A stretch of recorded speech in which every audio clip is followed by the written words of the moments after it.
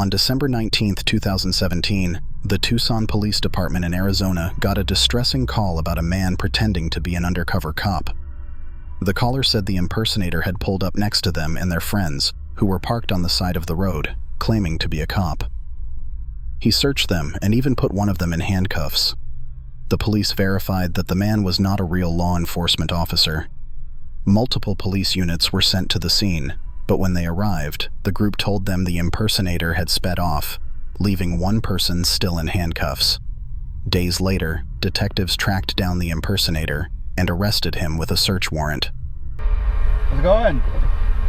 You guys live here? Huh? You guys live here? What are you guys doing? 74. Can you log me on property?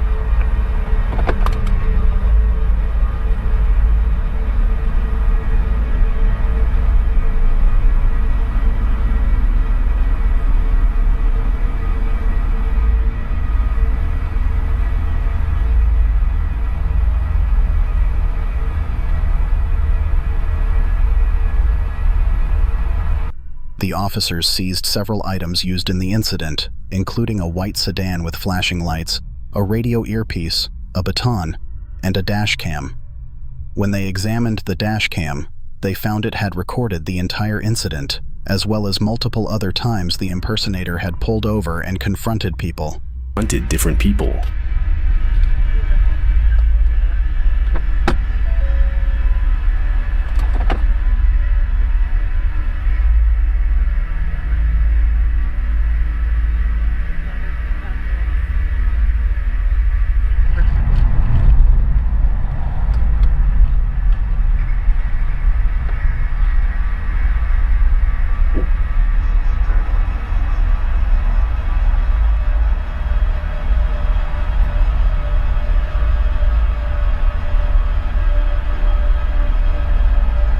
The man's motives for doing this are unclear, but putting people in handcuffs doesn't look good.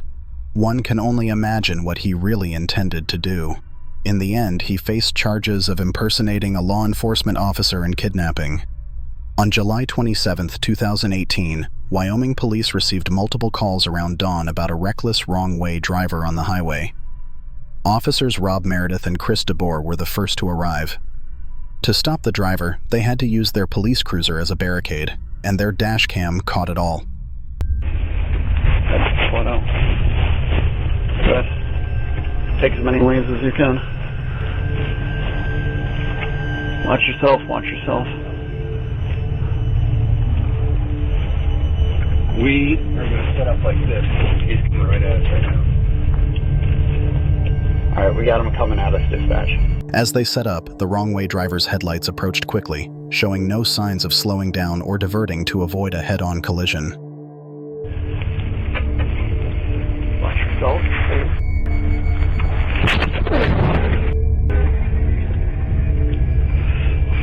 You alright? Yep. Officer Chris DeBoer's quick reaction to turn the cruiser into the impact saved the vehicles from a fatal crash. The wrong-way driver, a 60-year-old man, was eventually stopped, hospitalized for his injuries, and charged with his third offense of driving while intoxicated. Officers Meredith and DeBoer were lucky to escape with only minor injuries. On February 11, 2017, a 911 call reported a burning truck in Glen Heights, Texas, at a Jack-in-the-Box drive-through lane, posing a significant threat to the building. Officer Chris Womack was the first to respond. Upon arrival, he swiftly assessed the situation, recognizing the truck could erupt into flames at any moment. Without hesitation, Officer Womack courageously used his patrol vehicle to push the truck to a safe distance from the restaurant.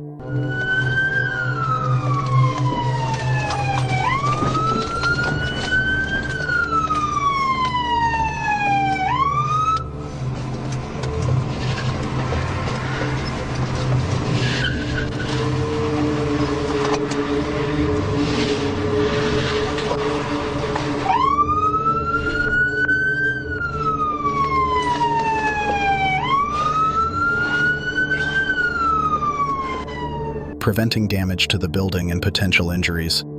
Thanks to his quick thinking, no injuries were reported. On April 8, 2021, police officers from Whitehall, Ohio, 6 miles from Columbus, responded to a report of a man impersonating a police officer at a traffic stop. When they arrived, they found 26-year-old Casey Donovan Williams asleep in what looked like a Whitehall police cruiser. When he woke up, Williams claimed to be an off-duty cop working a special duty detail. But you have no ID from them, No, all right? no. And have you ever been sworn in by them? I've talked to the chief. No. that's I'm all asking we you a ask. direct question. Have you been sworn in Now, by this is very them? important you answer this correctly, because being a former police officer or someday a current police officer, you know if you lie in this situation, you go directly to jail. No, I'm not- So I'm going to I'm put not- that right listen, out. I'm not So trying- if I'm you not- are telling me you are a police officer right now, is that what you're telling me? No. So you are not a commissioned police officer. I have spoke with the chief. That's not what I'm asking you. Okay. I'm asking you one question. Are you a commissioned police officer through the state of Ohio? I have an OPUDA certificate. That's not what That's I'm not asking. what we're asking you. I'm explaining to you. I have No, you're not. You're not answering the question. You're avoiding the question. It's very simple. Are you a sworn police officer anywhere in the state of means Ohio with commission. any department? Not currently. Okay. Initially, the officers believed him, but after learning there was no special duty assigned at that time, they returned to get the truth. The exchange was recorded on the officer's body cam. Okay. 1 second. Would you be willing to speak to the supervisor from the company? From Watchman? from Watchman? Yes. Is he an actual police officer? You are an actual police officer, correct? Okay. Yes, he is. Where are you commissioned at? It doesn't matter. He's not here doing anything. Yeah. I don't care if he's the superintendent of the state highway patrol. That's irrelevant to the situation. Casey's lie unravels as soon as police apply pressure. He admits he's not a real commissioned police officer after they warn him that lying could mean jail time. In a last-ditch effort to avoid consequences, Casey tries to contact the officer who supposedly hired him, but the police sense there's more to the story. That's all I was trying to do. Please do not. I'm asking you for courtesy, man to man. Please do not ruin my career. Please. I think you did that kind of on your own. Casey's excuse, that he was just trying to make extra money by working for the Glenwood Police Department, sounds weak, and he realizes his chances of escaping arrest are slim. In a desperate bid for mercy, Casey begs the police to go easy on him. Throughout the exchange, it's unclear whether Casey understands the seriousness of his actions or genuinely believes he can talk his way out of the situation. But things take a dark turn when police search his vehicle and find a loaded AR-15 rifle, tactical vest, loaded handgun, taser, handcuffs, and pepper spray.